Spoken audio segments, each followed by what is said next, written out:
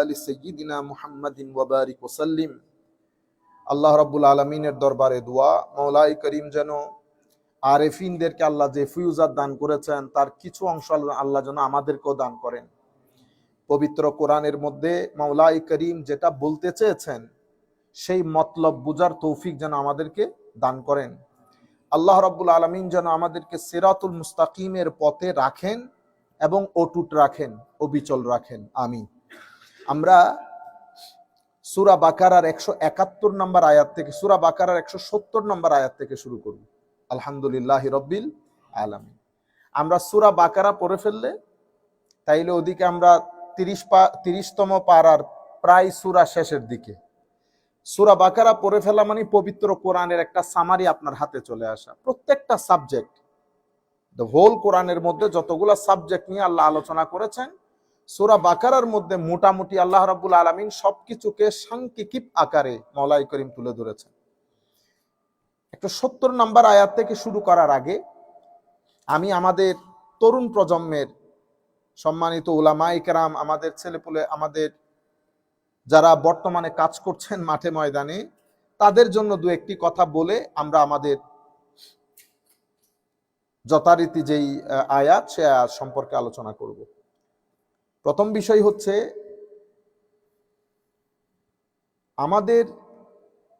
আমার নবী সাল্লাল্লাহু আলাইহি ওয়াসাল্লাম দুনিয়া থেকে চলে গেছেন, অতঃপর সাহাবায়ে কেরামের দৌড় শুরু হলো। সাহাবায়ে কেরামের দৌড় শুরু হয়েছে। সাহাবায়ে কেরামের সময়কাল থেকে মুনাফিকিনরা মুসলমানদের সমাজের মধ্যে বিভিন্ন ধরনের কথাবার্তা ছড়িয়ে মুসলিম সমাজের মধ্যে একটা অনৈক্য তৈরির চেষ্টা করেছে। সেই অনৈক্যের ধারাবাহিকতায় এটা যেতে যেতে আমরা এখন আজকের দিন পর্যন্ত আছি। এবং আমাদের সম্মানিত উলামায়ে কেরাম যারা মাঠে ময়দানে কাজ করছেন, তাদেরকে আমি যেটা বলবো সেটা হচ্ছে, এই রাস্তাটা সহজ রাস্তা না। আমাদের এখানে আমরা যখন মাঠে ময়দানে কাজ করি তো 3 ক্যাটাগরির লোক থাকে, মানে 3টা মাইন্ডসেট। আপনারা এটা বোঝার চেষ্টা করবেন। একটা মাইন্ডসেট হচ্ছে এফরাতের লোক, যারা এফরাত করে, মানে আপনার প্রয়োজন হাফ লিটার পানি, আমি ধরেন এটার মধ্যে হাফ লিটার লাগতে পারবো। এরা কি করে, এরা ডালতে ডালতে ডালতে 1 লিটার বানাই দেয়। তো 1 লিটার, এটা হাফ লিটারের মধ্যে তো আমি 1 লিটার রাখতে পারবো না, তাহলে হাফ লিটার ঢুকবে, বাকি হাফ লিটার বের হয়ে যাবে। এরা হচ্ছে এফরাতের কনসেপ্টের লোক। এদেরকে বলছে জিয়ারত করতে। এরা জিয়ারতের নাম দিয়ে সব ধরনের কাজ করে। বেশি মহব্বত, কি মহব্বত বেশি, এমন এমন কিছু তারা ঢুকিয়ে দিয়েছে, এটার মাধ্যমে ধর্মের মধ্যে গুলুফ, সীমা লঙ্ঘন, এগুলা ধর্মের ভিতরে ঢুকে যায়। মানে যা আমার নবী বলেন নাই, ধর্মের মধ্যে নাই, সেই সমস্ত জিনিসগুলো কি হয়ে যায়, ধর্মের ভিতরে ঢুকে যায়। নবীদেরকে সম্মান করব, কিন্তু খ্রিস্টানরা সম্মান করতে করতে ঈসা আলাইহিস সালামকে আল্লাহর ছেলে বানিয়ে ফেলছে, পার্ট অফ গড। তাহলে এটা কি হয়েছে, এফরাত, মানে ডালতে বলেছে হাফ লিটার, ঢেলে দিয়েছে ফুল লিটার। এটা একটা ক্যাটাগরি সমাজের মধ্যে, সংখ্যায় অনেক বেশি। এটার রিয়াকশন হচ্ছে তফরিত। এ যেহেতু 1 লিটার দিয়েছে, ও দেখছে না এখানে তো হাফ লিটার, সে বলতেছে না হাফ লিটারও ডালবো না, 1 পাওয়া ডালছে। বেশি কেয়ারফুল। এরা কি করছে, এদেরকে রদ করার জন্য জিয়ারতটাকে পূজা বলে দিয়েছে, মাজার পূজা। আপনারা বুঝতে পেরেছেন? খ্রিস্টানরা যেহেতু ঈসা আলাইহিস সালামকে আল্লাহর ছেলে বলেছে, ইহুদিরা নবীদেরকে আমাদের মতো বলে হত্যা করেছে। রিঅ্যাকশন দেখছেন একটা সোসাইটির মধ্যে। আচ্ছা, এটা মাইন্ডসেট। তাইলে আমি সম্মানিত উলামায়ে কেরামকে বলবো, আমরা যখন মাঠে ময়দানে কাজ করি, আপনারা স্টেজে যাদেরকে নিয়ে কাজ করেন আপনার এলাকার মধ্যে, এখানে কেউ এফরাতের সাথে জড়িত, কেউ তফরিতের সাথে জড়িত। মাঝখানেরটা হচ্ছে এতেদাল। এতেদাল মানে মধ্যম পন্থা অবলম্বন করা, ব্যালেন্স নিয়ে চলা। যখন আপনি ব্যালেন্স নিয়ে চলবেন, কতক্ষণ আপনাকে ঠোকর মারবে এফরাতওয়ালারা, কতক্ষণ আপনাকে ঠোকর মারবে তফরিতওয়ালারা। এফরাতওয়ালাদের কাছে আপনি হচ্ছেন ইহুদি দালাল, আপনি কিসের দালাল? এগুলো আপনাদেরকে শুনতে হবে। আপনারা মন খারাপ করতেছেন, অনেক ধরনের কথাবার্তা লিখেছেন, আমার কথাগুলো মিলতেছে কিনা দেখেন। আপনি যখন ব্যালেন্স নিয়ে চলতে চাইবেন, শুধু জিয়ারতটা তুলে ধরবেন, শুধু তাসাউফ তুলে ধরবেন, শুধু তরিকত তুলে ধরবেন, ইশকে রাসূল সাল্লাল্লাহু আলাইহি ওয়াসাল্লামের নাম নিয়ে, আল্লাহ রাসূলের মুহাব্বতের নাম নিয়ে আমাদের বিভিন্ন জায়গা থেকে নাত খারা এসে আপনাদেরকে ব্যস্তে ঢুকাই দেয় না? ইয়ানি ঘটনা এরকম, নাতের মজলিসে বসলেই ব্যস্তের দরজা উন্মুক্ত হয়ে যায়। বুঝতে পেরেছেন? আমরা কি বলি, আমার নবীর দরবার থেকে বুলাওয়া এসে গেছে, মুঝে মদিনা জানা है क्योंकि দরবার से बुलावा आ गया। তো এখন টাউট বাটপার সবাই পৌঁছে নাই। সরকারি নিচের কর্মকর্তা, উর্বরের কর্মকর্তা, মাসকানের কর্মকর্তা, যারা 2 এর 4 বানায়, 4 এর 10 বানায়, সবাই জানে। তো আপনারা যদি বলেন বুলাওয়া এসে গেছে, কোন ধর্ম অস্বীকারী এইটিস্ট লোক যদি আপনাকে জিজ্ঞেস করে যে যদি বুলাওয়ার কারণে ওখানে যাওয়া হয়, তো আমাদের এখানে গার্মেন্টস এর মালিকরা গার্মেন্টস এর শ্রমিকদেরকে টাকা না দিয়ে যে উমরায় চলে গিয়ে মদিনা শরীফের মধ্যে এতেকাফে বসেছে, ওইটাকেও কি আমার নবী দেখেছেন? দেখছেন? জবাব দিতে পারবেন না কিন্তু। তাহলে আমরা এফরাতেও এই কাজগুলো আমাদের বিভিন্ন জায়গা থেকে তৈরি হয়েছে সিচুয়েশন। এখন আপনার কাছে 2টা অপশন, সম্মানিত উলামায়ে কেরাম, এটা আমি আমার জিম্মাদারি আদায় করতেছি আপনাদেরকে মোটিভেট করার জন্য। আপনারা ডিমোটিভেটেড হয়ে গেলে তো কাজ হবে না। সবাই যদি ঘরে বসে যান, এই দিনের কথা বলার লোক থাকবে না। আমি আপনাদেরকে বলয়ের কথা বলি। বলয় এখানে, এটা এফরাতের বলয়, এটা তফরিতের বলয়। আপনি যদি এখানে কাজ করতে যান, আপনাকে বলয়ের সাথে আসতে হয়। কেন? কারণ বলয়ের সাথে আপনার রুটি রোজি। আপনি যদি এফরাতের বলয়ের মধ্যে না থাকেন, আমি কোনো কারণ নাম ধরতেছি না, শুধু আমি বলয়টা বুঝাচ্ছি। এখানে আপনার জন্য মসজিদের ইমামতি দরকার, আপনার লোকাল দাওয়াত দরকার, মাদ্রাসার শিক্ষকতা দরকার। আপনি যদি তাদেরকে তাদের মত পথ অনুযায়ী না চলেন, মসজিদে ইমামতি পাবেন? মসজিদের আপনাকে দাওয়াতে ডাকবে। আপনারা যে দাওয়াতগুলো পড়েন, প্রত্যেক জায়গার মধ্যে 2-3 জন মৌলভী যিনারা এই দাওয়াতগুলো অ্যারেঞ্জ করেন, তাদের কাজ সকাল থেকে সন্ধ্যা পর্যন্ত দাওয়াতের পিছনে চলা। দিন কই যাচ্ছে, সুন্নিয়ত কই যাচ্ছে, তরুণ প্রজন্ম কই যাচ্ছে, সোসাইটির অবস্থা কি, কালচারালি আমরা কি কি চ্যালেঞ্জের মুখোমুখি, সায়েন্টিফিকলি কি কি চ্যালেঞ্জের মুখোমুখি, ইকোলজিক্যালি কি কি চ্যালেঞ্জের মুখোমুখি। অর্থাৎ আধুনিক দুনিয়া আমাদেরকে কি কি চ্যালেঞ্জের মধ্যে ফেলেছে, তাদের কোনো চিন্তা নাই, ধ্যান নাই, ধারণা নাই। তারা এগুলা কি আরো করে না,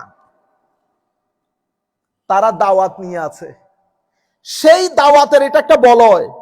এখন আপনি সেই দাওয়াত লিস্টে থাকতে হলে তাদের হাতে হা বলতে হবে, তাদের নাতে না বলতে হবে। আপনি ঢুকে গেলেন, আপনাদের ওই বলয়ের ভিতরে 80% লোক তারা সত্য কথাটা বলতে পারে না। কেন? কারণ বলয় থেকে বের হয়ে যাবে এই জন্য। কিন্তু ভিতরে সত্যটাকে লালন করে, ভিতরে সত্য বুঝে, কে কোন কাজ করতেছে, কি করতেছে সব বুঝে, কিন্তু মুখ ফুটে বলতে পারে না। কেন? কারণ বলয়ের বাইরে যাওয়া যাবে না। এটা এফরাতের লোক, এটা তফরিতের লোক। সিম্পল একটা উদাহরণ দেই, তরিকত এবং তাসাউফ, পীর এবং মুরিদি। এখানে এফরাতের লোকজন এসে আমার নবীর ইশকের নাম নেওয়া বন্ধ হয়ে গেছে। মাহফিলের মধ্যে পীর সাহেবের নাম যতবার নেওয়া হয়, তার 50% নাম আমার নবীর নেওয়া হয় না। পীর সাহেবকে খুশি করতে হবে। তরিকত তাসাউফ কি? বাংলাদেশ সুফিয়াই কেরামের মাধ্যমে ইসলাম পেয়েছি, কিন্তু আপনি জিজ্ঞেস করেন আমরা যারা মুরিদ বিভিন্ন দরবারে, তরিকত তাসাউফ সম্পর্কে আমাদের কোনো আইডিয়া আছে কিনা? তরিকত তাসাউফের কোন বই আমাদের ঘরের মধ্যে আছে কিনা? কারা এটার প্রবক্তা, কিভাবে কাজ হলো, কোন ধরনের এলম আমাদের কাছে নাই, জানিও না। আমরা যারা এই জায়গায় লিড করি, আমরাও চাই না তারা কিছু জানুক। আমি নিজেই জানি না, তারা জানলে ঝামেলা না। আপনারা বুঝতে পেরেছেন? এটা এফরাতের লোক। তরিকত তাসাউফের নাম দিয়ে আজীব এক মাহল তৈরি হয়েছে, এবং কিছু ট্রেডিশনাল অনুষ্ঠান এটার নাম দেওয়া হয়েছে তরিকত তাসাউফ। এদের রিঅ্যাকশন হচ্ছে তফরিতওয়ালারা করে। এরা কি? এগুলা বেদাত, এগুলা শিরক, এগুলা অমুক, এটা সমুক। আমি হচ্ছে মাঝখানের লোক। আমি না এদের সাথে যেতে পারতেছি না এদের সাথে যেতে পারতেছি। আমি বলতেছি তরিকত সংজ্ঞা এটা, তরিকতের প্রবক্তা এটা, তরিকতের কিতাব এগুলা। আপনারা যে অনুষ্ঠান করতেছেন সেগুলা তরিকত এবং তাসাউফের কোন কিতাবের মধ্যে উল্লেখ নাই। আমাকে প্রথম টার্গেট করেছেন আপনারা, আমি উলামায়ে কেরামকে বলতেছি। তাইলে আপনি যখন এই মূল কথাটা তুলে ধরবেন মাঝখান থেকে, তো আপনার দুই জায়গার ঠোকর আপনাকে খেতে হবে। এফরাতওয়ালারা বলবে আপনি ইহুদির দালাল, তফরিতওয়ালারা বলবে আপনি কাফের হয়ে গেছেন এতেদালে চলার কারণে। কিন্তু আপনাকে স্রোতের বিপরীতে চলতে জানতে হবে। আচ্ছা, আপনি যখন এতেদালে থাকবেন তাহলে কি ঘটবে? আমার নবীর ফিউজাত নসিব হবে। আপনার মজলিসে যারা বসবে তাদের অন্তরের মধ্যে তাকওয়া পরহেজগারি আসবে, এলম আসবে। সোসাইটিকে আপনি নতুন একটা রাস্তা দেখাতে পারবেন, মানুষের মধ্যে পরিবর্তন আসবে। আপনি এখানেও দেখিয়েন না এখানেও দেখিয়েন না, দৃষ্টি দয়াল নবীর রোজায়ে পাকের দিকে তাকান। আমার আল্লাহর রহমত কামনা করেন তাহাজ্জুদ পড়ে পড়ে, বা রাতের ইবাদত, বা স্টাডি করে করে। এখন এই ফতোয়াগুলো আপনাকে ধৈর্য ধারণ করে শুনতে হবে। কেন? ফতোয়ার একটা বিশাল ইতিহাস আমাদের ইসলামিক হিস্ট্রির মধ্যে। আপনি আমি কোন পুকুরের মাছ? ইমামে আজম আবু হানিফা রাদিয়াল্লাহু তাআলা আনহু ফতোয়া থেকে মুক্তি পেয়েছে? পাই নাই। ইমামে আজম আবু হানিফা, আপনারা কেন ডিমোটিভেটেড হন? ফতোয়া তো খানি নাই এখনো পর্যন্ত, কেউ আপনাদের মাথা ফাটিয়ে দেয় নাই। হ্যাঁ, তুই তুকারি কিছু মানুষের আমাদের মধ্যকার। এখন আপনি না আলেম বলতেছেন, লেবাসে আলেম হওয়া আলেম না, জবান বলবে আলেম কিনা। তুই তুকারি এগুলো শেষরামি। আপনারা শেষরাদের সাথে শেষরামি করতে যেতে পারবেন? শেষরার প্রধান অস্ত্র হচ্ছে বেয়াদবি করা। সে যখন আপনার সাথে বেয়াদবি করবে, আমার আল্লাহ প্রিন্সিপাল শিখিয়ে দিয়েছেন কি? ওয়াইজা খাতাবাহুমুল জাহেলুন ক্বালু সালামা। যখন জাহেলরা বিভিন্ন ধরনের কথাবার্তা বলবে, আপনি বলবেন ভাই শান্তি শান্তি, আপনারা আপনাদের রাস্তায় থাকেন। এই কারণে ইমামে আজম আবু হানিফার ইন্তেকাল হয়েছে জেলের মধ্যে। এগুলো আপনাদের পড়া দরকার, জানা দরকার। ফতোয়া যারা দিয়েছেন কোন কাফের মুশরিক দেয় নাই, তখনকার যুগের মৌলবীরা দিয়েছেন। মারা গেছে কোথায়? ইমামে আজমের ইন্তেকাল জেলের মধ্যে হয়েছে। আজকে আমরা ইমামে আজম বলছি, কিন্তু রাত দিন ঘুমাইতে পারে নাই ফতোয়ার বারিশ, ফতোয়ার বৃষ্টির কারণে, জুলমের কারণে। ইমাম মালিক রহমতুল্লাহি আলাইহি, জানেন না আপনারা? উলামায়ে কেরামকে জিজ্ঞেস করে দেখেন, মসজিদে নববীর মধ্যে ঢুকতে দেয় না ইমাম মালিককে। একদিন দুই দিন পাগল করে রেখে দিয়েছে, ফতোয়া দিয়েছে। এই মৌলবীরা মুখে কালি মেখে মদিনার অলিগলির মধ্যে ঘুরিয়েছে। আপনি যখন এতেদালের মধ্যে থাকবেন, সরকারি কর্মকর্তা কর্মচারীরা চায় আপনি তাদেরকে উপরে তুলেন। আমরা দেখছি না আমাদের ছোট্ট জীবনের মধ্যে, ব্যবসায়ীরা চায় সেখানে গিয়ে আপনি কুজো হয়ে বসে থাকেন। কিন্তু আপনি যখন গায়রত দেখাবেন, তখন তারাও আপনাকে পছন্দ করবে না। আপনি যখন তরিকত তাসাউফের মজলিসে গিয়ে সত্যিকার তরিকতের কথা বলবেন, সেই তারিখ থেকে দরবারগুলোতে আপনার দাওয়াত বন্ধ হয়ে যাবে। আপনি সব জায়গা থেকে না হয়ে গেছেন, একটা রাস্তা খোলা থাকবে, আমার নবীর রাস্তা, ওই রাস্তা খোলা। কিন্তু পরিবর্তন অবশ্যই আসবে। সমস্ত দরবারদের ডিসকারেজ করবে সেরকম না, ডিমোটিভেট করবে সেরকম না। যদি সেরকম হইতো তো আমরা এত জায়গায় কাজ করতেছি কেমনে? হ্যাঁ, প্রপেগেন্ডা বা এই ধরনের নষ্ট লোক সংখ্যায় কম হলেও তারা দাপুটে বেশি। সেই কারণে আমরা মনে করি সবাই বুঝে এরকম, সবাই এরকম না। আপনারা বুঝতে পেরেছেন? তাইলে শরীয়তের ইমাম, মাযহাবের ইমাম, ইমাম আজমের অবস্থা, মালিকের অবস্থা, ইমাম আহমদ ইবনে হাম্বলের অবস্থা আরো করণীয় ছিল। হুজুর ইমাম আহমদ ইবনে হাম্বলকে দর্স দেওয়া বন্ধ করিয়ে দেওয়া হয়েছে, ওই ঘরের মধ্যে গৃহবন্দী করা হয়েছে, পিটানো হয়েছে, ৮০ দুর্রা লাগানো হয়েছে। আমাদেরকে আপনাদেরকে এখনো বাড়ি খাইতে হয়েছে? বাড়ি তো খান নাই, দাওয়াত কেমনে করবেন? ইমাম আহমদ ইবনে হাম্বল রাদিয়াল্লাহু তাআলা আনহু শেষ পর্যন্ত দুনিয়া থেকে চলে গেছে। ইমামে শাফিঈ, শরীয়তের ইমাম, তরিকতের ইমাম, মারিফতের ইমাম, কে কুফরের ফতোয়া নিয়ে ইমাম আবুল হাসান শাযলি রাদিয়াল্লাহু তাআলা আনহু শেষ পর্যন্ত নৌকাতে থেকে, আপনারা যে হিজবুল বাহার পড়েন, কিভাবে পড়েন? হিজবুল বাহার উনি ওই নৌকার মধ্যে যা ঘটনা ঘটেছে যেটা পরে আমরা রুহানি স্বাদ গ্রহণ করি, তাহলে নৌকাতে ছিল কেন? কারণ যতবার উনি ঢুকতে চাচ্ছিলেন মিশরের মধ্যে পাথর নিক্ষেপ করা হয়েছে যেন এখানে ঢুকতে না পারে। হযরতে জুন্নুন মাসরি রাদিয়াল্লাহু তাআলা আনহু মুরতাদের ফতোয়া লেগেছে। সাহাল তুস্তারি, যার কথাবার্তা বাদে আমরা রুহানিয়ত বোঝা যায় না, সেই সাহাল তুস্তারি রাদিয়াল্লাহু তাআলা আনহুকে তুস্তার থেকে বের করে দেওয়া হয়েছে। আপনি আমাকে একজনের নাম বলেন যিনি ফতোয়া থেকে বেঁচে গেছেন। আপনারা 1 মিনিটে ডিমোটিভেটেড, আর কাজ করব না, কেউ এলাকা ছেড়ে এরকম কেন বেটা? আমাদের দিকে তাকান, আমরা তো কোনো খাতার মধ্যেও আমাদের নাম আসতে পারবে না, আমরা এত নগণ্য। আল্লাহ পাকের মেহেরবানি, এত কিছু করেছেন, এখনো করছেন। আমি এখন আমেরিকাতে নর্থ ব্রঙ্কস ইসলামিক সেন্টারে বসা আমাদের মুসল্লিয়ানে কেরাম নিয়ে, পিছনে যাইতে হয়েছে? পিছনে যাইতে হয় নাই তো। আপনারা এগুলা নিয়ে বেশি বেশি দরুদ শরীফ পড়বেন। যখন এই সমস্ত জিনিসগুলো আপনার মাথার উপর চেপে বসবে, আমি গ্যারান্টির সাথে আল্লাহর কসম করে আপনাদেরকে বলছি, ঘরের মধ্যে বসে আল্লাহর দরবারে হাত তুলে বলবেন, আল্লাহ হযরতে আয়েশা সিদ্দিকা রাদিয়াল্লাহু তাআলা আনহা যেভাবে বলেছে আমিও সেভাবে বলতেছি, রব্বি ইন্নী মাগলুবুন ফান্তাসির, আল্লাহ আমি হেরে যাচ্ছি, আপনি আমাকে সাহায্য করেন। হ্যাঁ, আমার নবীর 13 বছরের মক্কার জিন্দেগি দেখেন, কি হয় নাই আমার নবীর উপর। আপনি এই যে দুঃখ, এগুলো রেভলিউশনারি ওয়ার্ক, রিভাইভিং ওয়ার্ক, এগুলো দাওয়াত পড়নেওয়ালা 2 টাকার মোল্লার কোনোদিন বুঝে আসবে না। মানুষের ঘরে ঘরে গিয়ে দাওয়াত পড়নেওয়ালা 3 টাকার মৌলবীর এই রিভাইভিং বুঝে আসবে না, আল্লামা ইকবাল বুঝে আসবে না, আমার নবীর 13 বছরের মক্কার জমিনের কষ্ট বুঝে আসবে না। তারা এগুলার জন্য পয়দাই হয় নাই, তাদেরকে তাদের হালতে ছেড়ে দেন। তারা তো প্রত্যেকদিন উঠবে সকালে, মোবাইল চেক করবে, দাওয়াত করতে আসছে, সবাই মিলে যাবে সেখানে। দাওয়াতের মধ্যে কি হয়? গীবত হয়।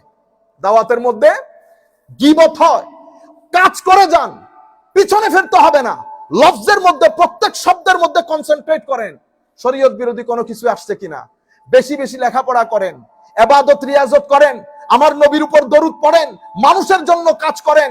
আপনার আশেপাশে যারা গরিব গুরাবা আছে তাদেরকে কিভাবে খাওয়াবেন সেটা চিন্তা করেন। আপনারা এই 2-3 টাকার মৌলবী ঘরে ঘরে গিয়ে দাওয়াত পড়নেওয়ালা, আপনারা এগুলা নিয়ে একেবারে ডিমোটিভেটেড হয়ে যাচ্ছেন। ইন্না লিল্লাহি ওয়া ইন্না ইলাইহি রাজিউন। বেটা, এটা তারা বুঝবে কি কথা? তারা তো সকালে উঠবে, মোবাইল চেক করবে, আজকে কোথায় কোথায় দাওয়াত আছে, একজন আরেকজনকে ফোন দিবে, সেই দাওয়াতের মধ্যে যাবে, 2 মিনিট পড়বে, 3 মিনিট বিস্কিট দিয়ে চা খাবে, বিসমিল্লাহ করে টাকা পয়সা নিয়ে ঘরে চলে যাবে। এটা হচ্ছে তাদের ইসলামী খিদমত। তারা কি বুঝবে 13 বছরের আমার নবীর মক্কার জমিন, মক্কার জীবন, 10 বছরের মাদানী জীবন? তারা কি বুঝবে পুরা কান্ট্রির মধ্যে হচ্ছে কি? বাংলাদেশ, বা আমি যেহেতু বাংলাদেশের লোক, কি হচ্ছে এখানে? সকালে উঠে আমি আমার সোনার বাংলা, আমি তোকে ভালোবাসি, আপনারা করতেছেন না মাদ্রাসার মধ্যে? আপনি আমাদের সেকুলার মাইন্ডসেট, সেকুলার অ্যাটাক, আপনি রবীন্দ্রনাথ ঠাকুর সাহেবকে নবীর মর্যাদা দেওয়ার মুখোমুখি। আপনারা ঘরে বসে বসে দাওয়াত পড়েন আর উলামায়ে কেরামের পিছন বসে থাকেন। আমার নবী কিয়ামতের ময়দানে জিজ্ঞেস করবে।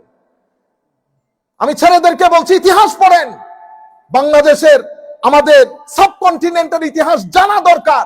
তাহলে আমাদের আক্রমণগুলো বুঝতে পারবেন, চ্যালেঞ্জেস গুলা বুঝতে পারবেন, তরুণ প্রজন্ম চ্যালেঞ্জের মুখোমুখি, বুঝতে পারবেন।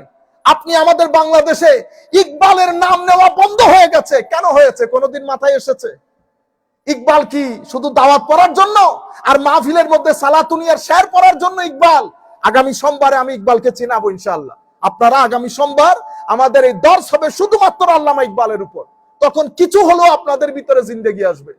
এগুলা সব মুছে দেওয়া হয়েছে, আমাদেরকে দাওয়াতের কাজে লাগিয়ে দিয়েছে। আমরা দাওয়াত করি, দাওয়াতের মধ্যে চাপ হয়, আর কতক্ষণ বলি এই ইহুদির দালাল, এ শিয়া হয়ে গেছে, এই অমুক হয়ে গেছে। এটা ওদের দুর্বল, এরা এর থেকে বের হইতে পারবে না। এটা না করলে ওনারা করবেনটা কি আমাকে বলেন তো? কি কাজ করবেন ওনারা? সুতরাং ডিমোটিভেটেড হয়ে না। আপনার মজলিসে বসবে তরুণ প্রজন্ম, হাহাকার করছে, তৃষ্ণার্ত, তারা পানি দরকার, তাদেরকে পানি সার্ভ করেন। আমার নবী মদিনা শরীফ থেকে খুশি হবে। এই কারণে দেখেন না, এদের নিজেদের চোখের পানি নাই, এদের সবার সিনার জমিন শুকিয়ে গেছে, রুহানিয়ত নাই কোথাও। তরুণ প্রজন্ম মাহফিল থেকে বিমুখ হয়ে গেছে। মাহফিল গুলাকে হাসি মজাকের আসর বানিয়েছি, সেখানে গান গাওয়া হচ্ছে, সেখানে আরো কত কিছু করা হচ্ছে। এলম, রুহানিয়ত, আখলাক, আমার নবীর সবুজ বিপ্লব সবকিছু মজলিস থেকে মুছে গেছে। সেকুলারিজম, কিছুদিন আগে রইসুদ্দিন হত্যা হয়েছে, পেরেছেন আপনারা? কেউ খবর নিয়েছেন? পারবেন না। কেন? দাওয়াত আপনাকে মশগুল করে দিয়েছে। এবং গ্রুপিং গ্রুপিং আমার চেয়ারে বসাইতে হবে, আমাকে কথা বলতে হবে, এগুলার কারণে। সুতরাং আপনারা যদি বেটা এগুলার ভিতরে যান, তাইলে তো কাজ করতে পারবেন না। আখেরি আপনারা এই বিষয়গুলা মাথা থেকে সরিয়ে দেন। সমস্ত আলেম কিতাবপত্র পড়েন, দেখবেন কোন সুফি ম্যাক্সিমাম তাকফিরের ফতোয়া থেকে, কুফরের ফতোয়া থেকে। সেই কারণে ইমাম গাজালি রাহমাতুল্লাহি আলাইহি ওয়া নাফা'না বিউলুমিহি ফিদ দারাইন আমিন, ইমাম গাজালির কিতাব ফাইসালুত তাফরাকা বাইনাল ইসলামে ওয়াজ জানাদিকা, এটা একটা উসুলি কিতাব আকীদার। আপনারা এই কিতাবটা পড়বেন। ওখানে উনি শুরুতেই বলছেন, আজীব মাহল, আশআরি মাতুরিদিকে তাকফির করে, মাতুরিদি হাম্বলিকে তাকফির করে। এই তাকফির থেকে আমাদেরকে বের হয়ে আসতে হবে। সেই কারণে মক্কার জমিনে আমার নবী যখন এই ক্ল্যাশিং সিচুয়েশন, মহব্বতের দাওয়াত দিয়েছেন, ইত্তেহাদের দাওয়াত দিয়েছেন, রুহামা উ বাইনাহুম বলেছেন। কিন্তু আমরা কিছুদিন আগেও শুনছি কোরআন শরীফের আয়াত পরে হুজুর, আমাদের এখানে তাফসীর আবার দুই ধরনের। এক ধরনের তাফসীর হচ্ছে মানুষ একটা টার্গেট করছি, টার্গেট করে উনি কি কি কাজ করেন সেটা বের করছি, বের করে কোরআন শরীফ থেকে আয়াত পড়ছি, আয়াত পরে ওই ওনাকে কি করার জন্য, পিঞ্চিং করার জন্য তাফসীর করতেছি, মানুষকে অ্যাড্রেস করে। বুঝতে পেরেছেন?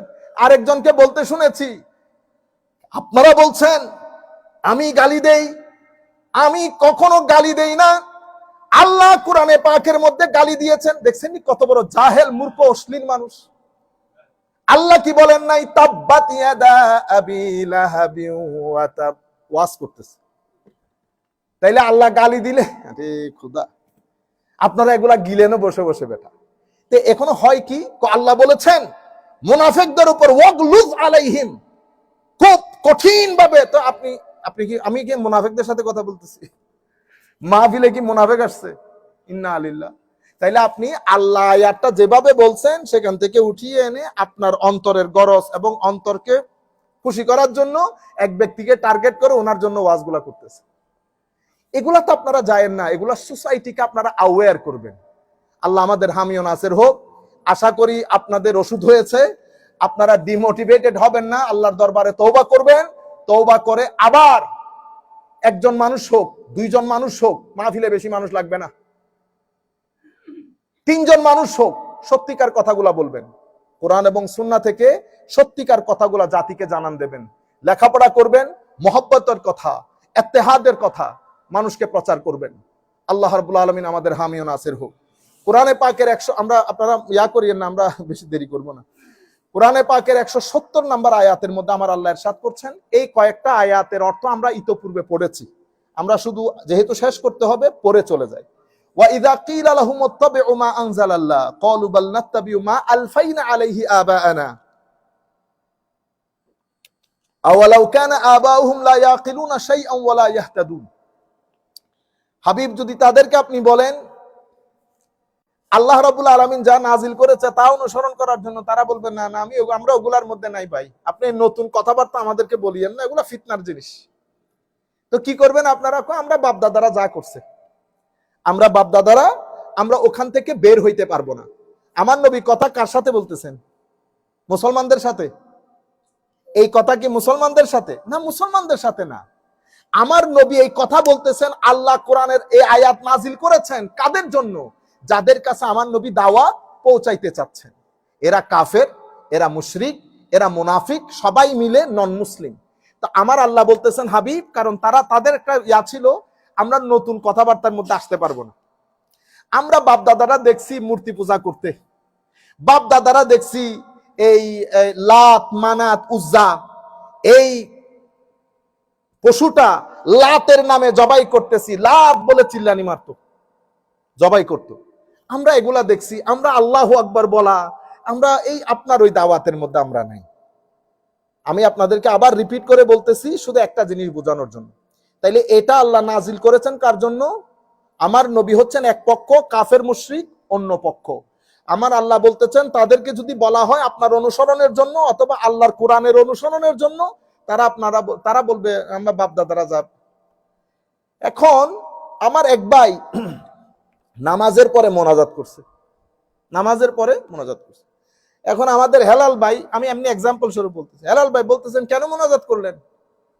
তো এখন আমার ভাই বলছে আমরা আগে থেকে যেটা দেখে দেখে আসতেছি সেটা। হেলাল ভাই এখন আয়াত পড়ছে, দেখছেন দিন থেকে আপনারা খারিজ হয়ে গেছেন, কারণ আল্লাহ কোরআন শরীফের মধ্যে বলছে ওয়াইজা কিলা লাহুম ইত্তাবিউ মা আনজালাল্লাহ ক্বালু বাল নাত্তাবিউ মা আলফাইনা আলাইহি আবানা। কোরআন শরীফে আল্লাহ আপনাকে অনুবাদও দেখাইতেছে, আপনি দেখতে যখন তাদেরকে কেউ বলে আল্লাহর হুকুমের আনুগত্য করতে, তারা বলে আমরা বাপদাদারা যা পাইছি তা। বুঝছেন? আয়াত যাচ্ছে, কনটেক্সট এক না। এখানে আল্লাহ কথা বলতেছে কাফের মুশরিকদের ব্যাপারে, আপনি সেটা নিয়ে গেছেন আমার ভাইয়ের ব্যাপারে যে মসজিদের মধ্যে এসে মুনাজাত করতেছে। দুই জিনিস কি এক? এদিকে জিতে যায় ওরা, কারণ যিনি বলতেছেন উনিও জাহেল, যাকে বলা হচ্ছে উনিও এই ব্যাপারে অজ্ঞ। তাইলে এরা কি করে? কাফের মুশরিকদের ব্যাপারে অবতীর্ণ আয়াতকে মুসলমানদের ব্যাপারে কি করে? ব্যবহার করে। আয়াত নাজিল হয়েছে কাফের মুশরিকদের জন্য, বলা হচ্ছে আল্লাহ আল্লাহ রসুল কবর হাসর আখেরাত, তারা বলছে ওগুলাতে যাব না, আমরা মূর্তি পূজা করব, মূর্তি পূজার মধ্যে থাকবো। আপনি ওই আয়াতটা টেনে এনেছেন আমার ভাই নামাজের শেষে মুনাজাত করার কারণ। ঠিক আছে? কারণ আপনার উত্তর আর তার উত্তর এক হয়ে গেছে। কিছুদিন আগে এক ভদ্রলোক আমাকে আজমির শরীফের উরুসের একটা ছবি দেখাইছে, এরপরে হিন্দুদের পূজার একটা ছবি দেখাইছে। তো দেখছেন নি হুজুর, সিমিলারিটি দেখছেন? এটাকে শিরক বলে। তো আমি বলতেছি বেটা আপনি সায়েন্স অফ সিমিলারিটি আপনাকে পড়া দরকার। আপনি সায়েন্স অফ সিমিলারিটি পড়েন নাই। আপনি আলু খান, খায়, আপনার পাশে ঘোষ আলু খায়, হিন্দুরা আলু খায় না, তো সিমিলারিটি হয়েছে না? তো এখন দুইজনকে এক হয়ে গেছেন। আচ্ছা, আপনি কুরবানি করেন? করি। হিন্দুরা কুরবানি করে তো? জি হ্যাঁ, কুরবানি মানে স্যাক্রিফাইস আর কি, স্যাক্রিফাইস। আমি বলতেছি অরিজিনাল কনসেপ্ট, আপনিও স্যাক্রিফাইস করতেছেন, তারও স্যাক্রিফাইস করতেছে, কিন্তু দুইটা কি এক? আমরা ঈদ করি না, ঈদে কেনা কাটা বাজার খাওয়া দাওয়া একজন আরেকজনের বাসায় আপনারা গিফট করেন না? হিন্দুদের মধ্যে নাই? বিয়ের মধ্যে আমরা যেই ধরনের করে বিয়ের অনুষ্ঠান সাজাই, খাওয়া দাওয়া, জামাই স্টেজে বসা, সিমিলারিটি হলেই কি এক হয়ে গেছে? সায়েন্স অফ সিমিলারিটি আমাদেরকে জানা দরকার। যেহেতু যেমন আমাদের পার্শ্ববর্তী এলাকা, মানে আমাদের দেওয়ালের পরে হচ্ছে হিন্দু বাড়ি, ম্যাক্সিমাম হিন্দু যারা আমরা কি বলি চাচা জ্যাঠা, আর আল্লাহর মেহেরবানিতে একটা খুব সম্মান করে। যেমন এক সময় আমাদের পাশের বাড়ির এক হিন্দু মহব্বত করে অনেক বেশি, তো আমার ছেলে মারা গেছে যে, তো ওরে তো পুরাবে, আপনি একটু সেখানে উপস্থিত থাকতে হবে। আমি তো জান পান যায় অবস্থা, আমি এগুলা বরদাস্ত করতে পারি না। আমি জীবনে একটা মুরগি জবাই করি নাই, নিতে পারি না, রক্ত দেখলে খারাপ লাগে খুব বেশি। এখন আমি আমার আব্বাকে এসে বলতেছি না লিল্লাহি ওয়া ইন্না ইলাইহি, এটা এই কাজ তো করা যাবে না, কোনা ওনার তো মন খারাপ হয়ে যাবে। তাইলে একটা সম্পর্ক আছে না? আচ্ছা, তাহলে আমরা চাচা জ্যাঠা ডাকতেছি, দুইজন যখন বড় হচ্ছি, একই স্কুল, একই গ্রাউন্ডে লেখাপড়া, একই হোটেলে খাইছেন, একই হোস্টেলে থাকছেন, একইভাবে চিন্তা চেতনার বড়, তো দুইজনে জানেন কার ঘরে কি হয় কি হয় না। তো কালচারালি, এই জন্য বলছি সায়েন্স অফ সিমিলারিটিস বুঝতে হলে, আমি যখন এক কালচারে বড় হচ্ছি, তো আমাদের এখানে ম্যাক্সিমাম কালচার দুইজনের সমান। একটা জায়গায় এসে আমার ধর্ম কিছু কালচারের মধ্যে ক্যাপস লক লাগিয়ে দিয়েছে, আমি এটা ক্রস করতে পারতেছি না। এটা কি কারণে? আমার ধর্মের কারণে। তো আমার ধর্মের একটা এরিয়া আছে, যেমন আমি ওরে বলতেছি তোর মুরগির গুস্ততে আমার ঝামেলা নাই, মুরগি আমিও খাই তুমিও খাও, ও তো মুরগি খাইতেছে, কিন্তু আমার ধর্মে এসে একটা ক্যাপস লক লাগিয়ে দিয়েছে, আমাকে বলতেছে আমার নবী বেটা খাইতে পারবি না যতক্ষণ আল্লাহু আকবার নাম না নেওয়া হবে। মুরগির মাংসের মধ্যে তো কোনো ঝামেলা। এখন আপনি যদি বলেন ওই মুরগি খায়, আপনিও মুরগি খান, এক হয়ে গেছে, হয়েছে নি কথা। সায়েন্স অফ সিমিলারিটি বুঝতে হয়। এখন সমস্যা হচ্ছে বেয়াদব, মানে আদবহীন হওয়া, জেহালত যখন একসাথে হয়ে যায় আপনি ডিল করতে পারবেন না, আপনার মাথা খারাপ হয়ে যাবে। বুঝতে পেরেছেন এই প্রশ্ন বানে। সুতরাং এক হওয়া মানে এই যে আল্লাহর ওলিদের মাজারে হিন্দু, আমার হযরতে শাহজালাল ইয়ামানি, যেমন আমাদের চট্টগ্রামের শাহ আমানত মাইজবান্ডার দরবার শরীফ, ওনারা যখন ওখানে তো দিন প্রচার করতেছেন, কারা ছিল? সোসাইটি তো হিন্দুদের। সোসাইটি কাদের? হিন্দুদের। এখন হিন্দু সোসাইটিতে উনি যদি বলে হিন্দু আসতে পারবেন আমার এখানে, তো দাওয়াত কাকে দিবেন? দাওয়াত কাকে দিবেন? আপনি হচ্ছেন দ্বীনের দায়ী, আর আরেকজন হচ্ছেন আলেম পড়ানেওয়ালা, তো উনি তো হিন্দুদেরকে পড়াবেন না, উনি মুসলমান ঢুকাইছেন শুধু, আমার এখানে হিন্দু ঢুকবেন না কেন? আমি হাদিসের রসুল পড়বো, হিন্দুর হাদিসের রসুল দিয়ে কি করবে? আরেকজন বসছে দ্বীনের দাওয়াত দেওয়ার জন্য, সে বলতেছে দরজা উন্মুক্ত, যা যা মন চাই ঢুকে যান, অজুহীন অজু সারা, কাপড়হীন কাপড় সারা, হিন্দু বুদ্ধ খ্রিস্টান সব ঢুকেন। কেন? কারণ আমি প্রোডাক্ট বিক্রি করব, আমি মোহাম্মদী প্রোডাক্ট বিক্রি করব। আমার এখানে ঢুকুন, ঢুকতে যাচ্ছে না। আমি বলতেছি ভাই এখানে ঢুকতে পারবেন না কেন? আমার এখানে অজু গোসল করে ঢুকতে হবে, আমি হাদিস শরীফ পড়াচ্ছি। তাইলে দুইজনের মাহল দুইটা, দুইজনের মাহল দুইটা। একজন দ্বীন প্রচার করতেছে, যখন উনি দ্বীন প্রচার করতে, আপনারটা হচ্ছে হোটেল, হোটেলের মধ্যে আপনি কি বলতে পারবেন এক্সকিউজ মি আপনি কি হিন্দু, আমার হোটেলে ঢুকতে পারবেন না? না, হোটেল সবার জন্য উন্মুক্ত, কিন্তু আমি ইফতার মাহফিল সবার জন্য উন্মুক্ত না। ভেরি সিম্পল, আপনারা বুঝতে পেরেছেন?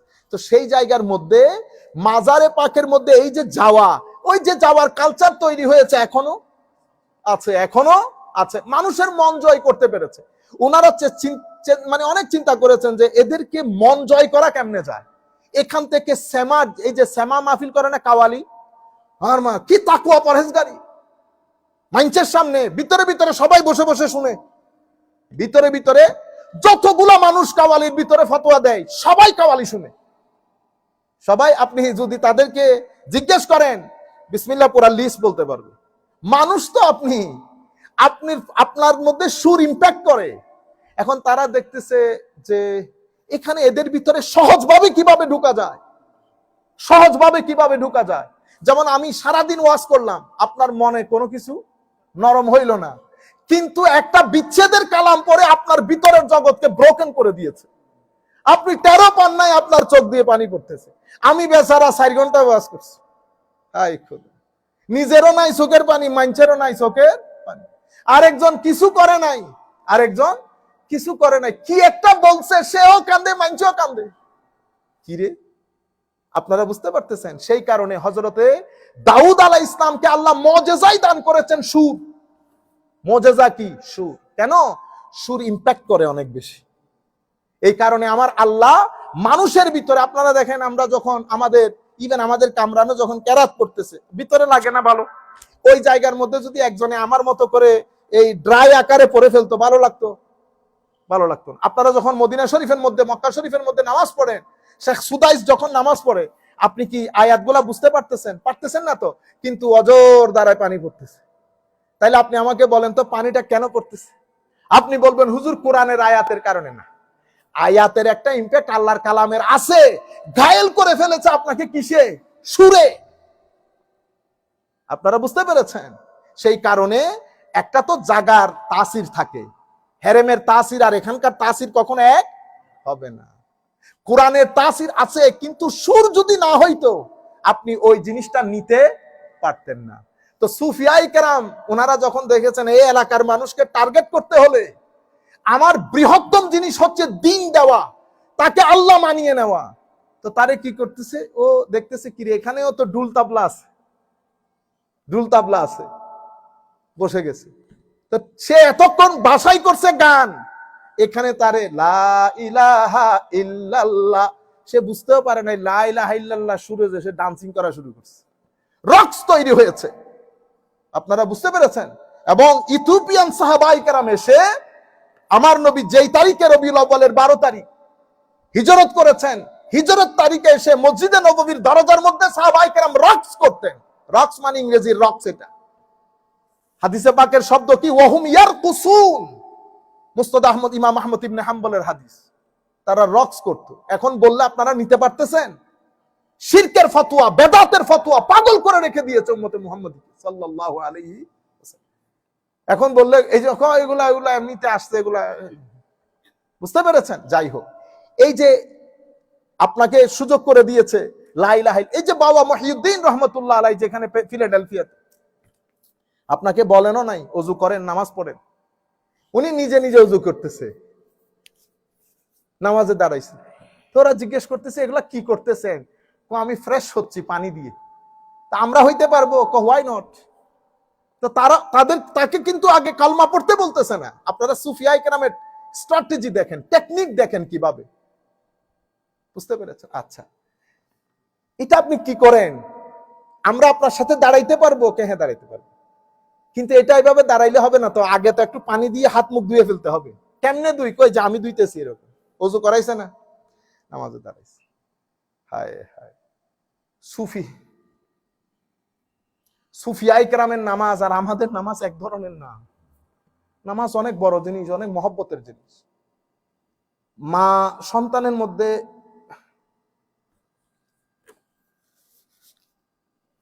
অনেক মা শুয়ে পড়লে সন্তান মার বুকে ঢুকে যায় না, কি মহব্বত। হ্যাঁ, মাও বড় বড় ছেলেদেরকে আমরা যখন দেখি, আমাদের বড় বড় খালাতো ভাই চাচতো ভাইকেও দেখছি, মারে জড়াই ধরছে, মা ছাইরা দে ছাইরা দে, তুই বড় হয়ে গেছিস না, ধরে না। ঠিক সেই রকম আপনি যখন আল্লাহকে মহব্বত করতে চাইবেন, আমার আল্লাহ এরকম মহব্বত করে আপনাকে। সুফিয়া ইকরাম যখন নামাজের মধ্যে দাঁড়ান, ওইটা নামাজ। আমাদের নামাজ তো শুরু শেষ কখন জানিও না। আমরা তো শুরুর সময় মহব্বতও আসে না, আমরা শেষ কিভাবে করব সেটা চিন্তার মধ্যে। অর্থাৎ নামাজ মনে হয় যেন বোঝ হয়ে গেছে আমাদের উপর। সুফিয়া ইকরামের নামাজ সেরকম না। এদের নামাজ মানুষকে ইম্প্যাক্ট করে। দাঁড়াইছে তো দাঁড়াইছে কিয়ামের মধ্যে, কিয়াম তো কিয়ামই, এরপরে রুকু সুজুদ, তারা নামাজ সালাম ফিরাই বলতেছে এটা তো একটা স্পিরিচুয়াল আজীব শান্তি। এটা কেন পাইলেন? এটা কিরকম হইল? কবে এটা, এটার জন্য দুইটা শব্দ পড়তে হয়। কি? এটা করলে তো তালা কি হবে? আনলক হবে। How to do it? You just say আশহাদু আল্লা ইলাহা ইল্লাল্লাহ ওয়া আশহাদু আন্না মুহাম্মাদার রাসূলুল্লাহ, দ্যাটস ইট, ফিনিশ। দেখছেন, এই মুসলমান হয়ে গেছে, কিন্তু এই মুসলমান হয়ে গেছে। হিন্দুরা টং টং টং টং বাজাইছে না সারা রাত। সুফির দরবারে সুফি চিন্তা করছে এই টং টং আলারে কি করা যায়, কি করা যায়। পরে দফ আর হারমোনিয়াম দিয়ে বসাই দিছে, লা ইলাহা ইল্লাল্লাহ। এও প্রথমে খুব করছে, পরে দেখে যে না, এই ওয়াজ দেশে গেছে, ওয়াজ দেশে গেছে। পরে বলতেছে না কালকেও আসতে হবে, পরশু আসতে হবে। আস্তে আস্তে সেও বুঝে নাই সে কখন মুসলমান হয়ে গেছে। এরপরে বলতেছে হুজুর আমি তো আপনাকে ভালো লাগছে, আমি তো দিন কবুল করে ফেলছি। হুজুর এলাকার মধ্যে তো আমাকে মেরে ফেলবে ওরা, আমি যদি বলি আমি মুসলমান হয়েছি।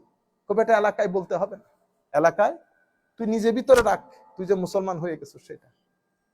তো হুজুর আমি মারা গেলে, সেটা আল্লাহ দেখবে, সেটা আল্লাহ দেখবে। অসংখ্য জায়গার মধ্যে এই ঘটনা বর্ণিত হয়েছে। এই সমস্ত সুফিয়া ইকরামের সাথে সম্পৃক্ত লোক যখন মারা যায়, আমার আল্লাহ গায়েবী ভাবে তাদের জানাজার ব্যবস্থা করে। জ্বালাইতে যায় জ্বালাইতে পারে না, পুরাইতে যায় পুরাইতে পারে না। আপনারা বুঝতে পারছেন? বাইরে থেকে আজকে 500, 600, 250, 300, 100 বছর পরে এসে আপনারা ফতোয়া লাগাইতেছেন, এখানে এই যায় ওখানে সে যায়। গোড়ার খবর রেখেছেন? হুজুর সবকিছু থেকে তো বের করে দিয়েছে, কোথায় যাব বেটা, আমার সম্পদ আছে।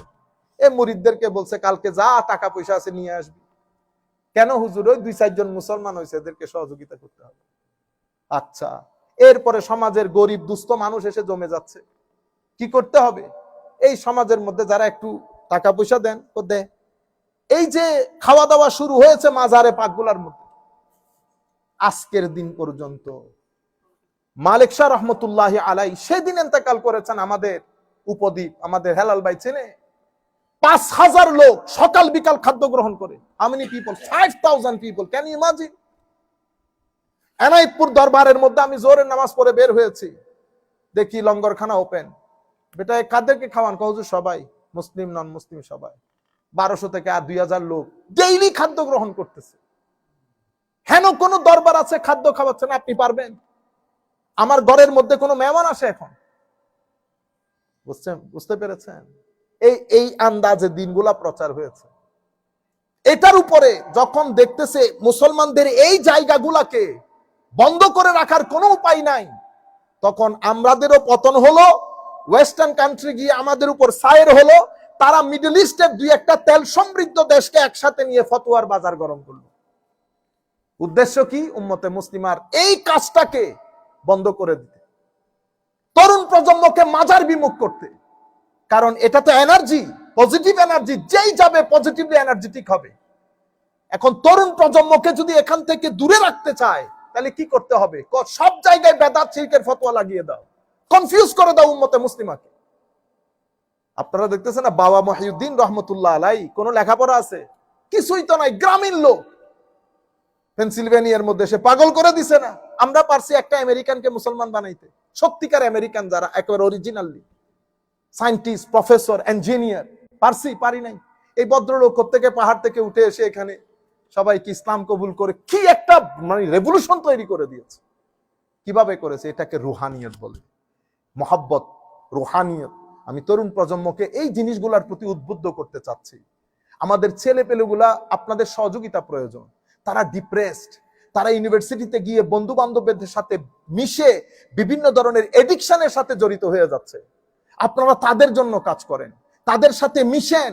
আপনারা যে এলিট ক্লাস দেখাইতেছেন, কারোর সাথে মিশেন না, কথা বলেন না, এরকম করলে তো তরুণ প্রজন্ম সহযোগিতা পাবে না। আমরা শুধুমাত্র এই জায়গা মেনটেন করতে গিয়ে পুরা আমেরিকার বিভিন্ন স্টেট থেকে সবাইকে একসাথে করে এই যে নর্থ আমেরিকান মুসলিম অ্যালায়েন্স যেটা করেছি, যেটা 28-29 তারিখ আমাদের কনভেনশন হবে, উদ্দেশ্য একটাই, এই ধরনের কিছু করেন, আমার নবী খুশি হবেন, আমার আল্লাহ খুশি হবে। আমরা আর কথা না বাড়াই। তো পবিত্র কোরআনের মধ্যে তাইলে আপনারা একটা মৌলিক জিনিস জানতে পেরেছেন, কনটেক্সট থেকে বের হয়ে আয়াত যেগুলা কাফের মুশরিকদের জন্য নাজিল হয়েছে সেটা মুসলমানদের দিকে নিয়ে যাওয়া, এটাকে বলে খারেজিয়ত। এটাকে বলে খারেজিয়ত, উগ্রপন্থা অবলম্বন করা। এর পরবর্তীতে ওয়া মাসালুল্লাযীনা কাফারু কামাসালিল্লাযী ইয়ানঈকু বিমা লা ইয়াসমাউ ইল্লা দুআ ওয়া নিদাআ সুম্মুন বুকমুন উমিয়ুন ফাহুম লা ইয়াকিলুন।